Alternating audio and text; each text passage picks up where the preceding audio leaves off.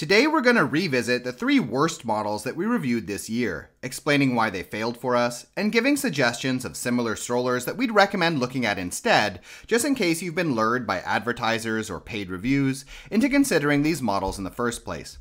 And jumping into it then, our first model today is the Cybex Emilio, which, despite having a few positives with its lie-flat seat, decent-sized canopy and shopping basket, and rather clever and unique structural design, is unfortunately built far too slim, weak, and loose to really be properly functional in my opinion, as these qualities give it a tendency to tip over from a child's weight, to bend and strain so much in use that one is continuously worried about breaking it, and to mean that running into really any impediments on the ground or trying to mount a curb cause a stroller to bend around the obstruction, rather than allowing one to power over such obstacles as with most strollers.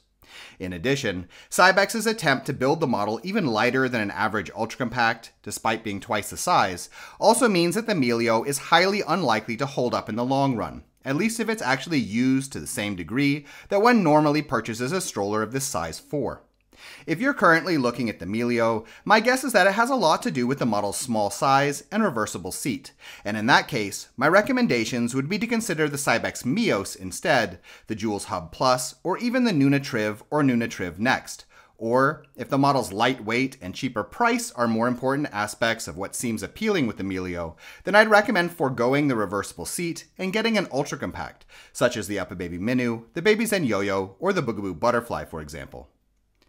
Next up is the Joey Versatrax, which, though both cheaply priced and not exactly all that bad in terms of build quality for that price, also comes in as one of the worst models we looked at this year, due to a variety of performance failings, where the seat is a bit too small, due to the canopy being flush with the seat back, a relatively shallow baseboard, and the fact that the leg rest doesn't fold down enough and impedes access to the footrest, and also because the model is quite front heavy, has handle arms that are too weak and incorrectly oriented for handling tipping pressure, and has thick front tires, increasing surface drag, all of which contribute to heavy and unpleasant steering and tipping, as one must do when going up curbs, for example. And in addition, the Versatrax's suspension is also wound too tight, meaning that despite being a pretty large stroller, the model doesn't really have any shock absorption, making it quite jittery over rougher terrain.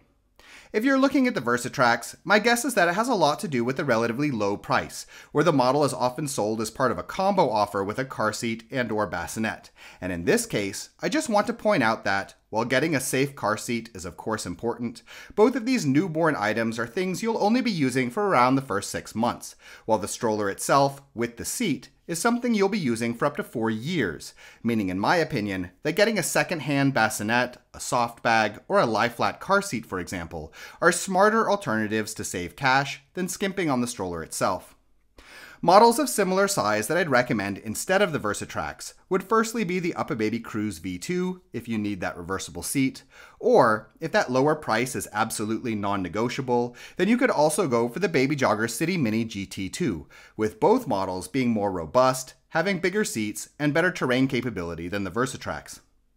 And last up today then, for the worst models that we reviewed this year, is the Nuna TRVL, which, unlike the other models here, is not all that cheap in comparison to other strollers of its type, namely ultra compacts, and fails for us because it's firstly, too large to pass as cabin luggage, yet secondly, also too weak mechanically to be used all day every day without risk of wear problems, due to its complex internal components, a problematic pair of hinged mechanisms on the handle arms that are highly susceptible to wear, and a lack of sufficient cross support with those handle arms that cause them to bend and strain quite a bit when tipping or steering, especially with a heavier child, and that will likely lead to alignment problems in the long run, if not the handle arms outright breaking.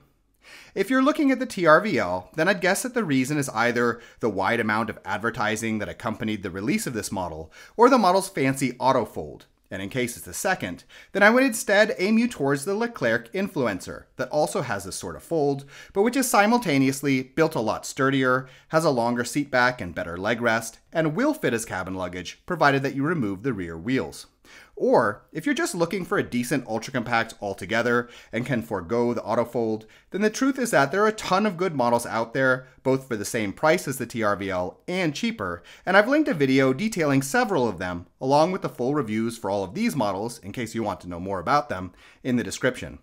I'd also like to note with the TRVL, by the way, that despite advertisements often making it look as though there are unique advantages in the process by which Nuna car seats attach to the model versus other ultra compacts, the differences here are really quite negligible in my opinion, and are certainly not a reason to choose an otherwise inferior stroller.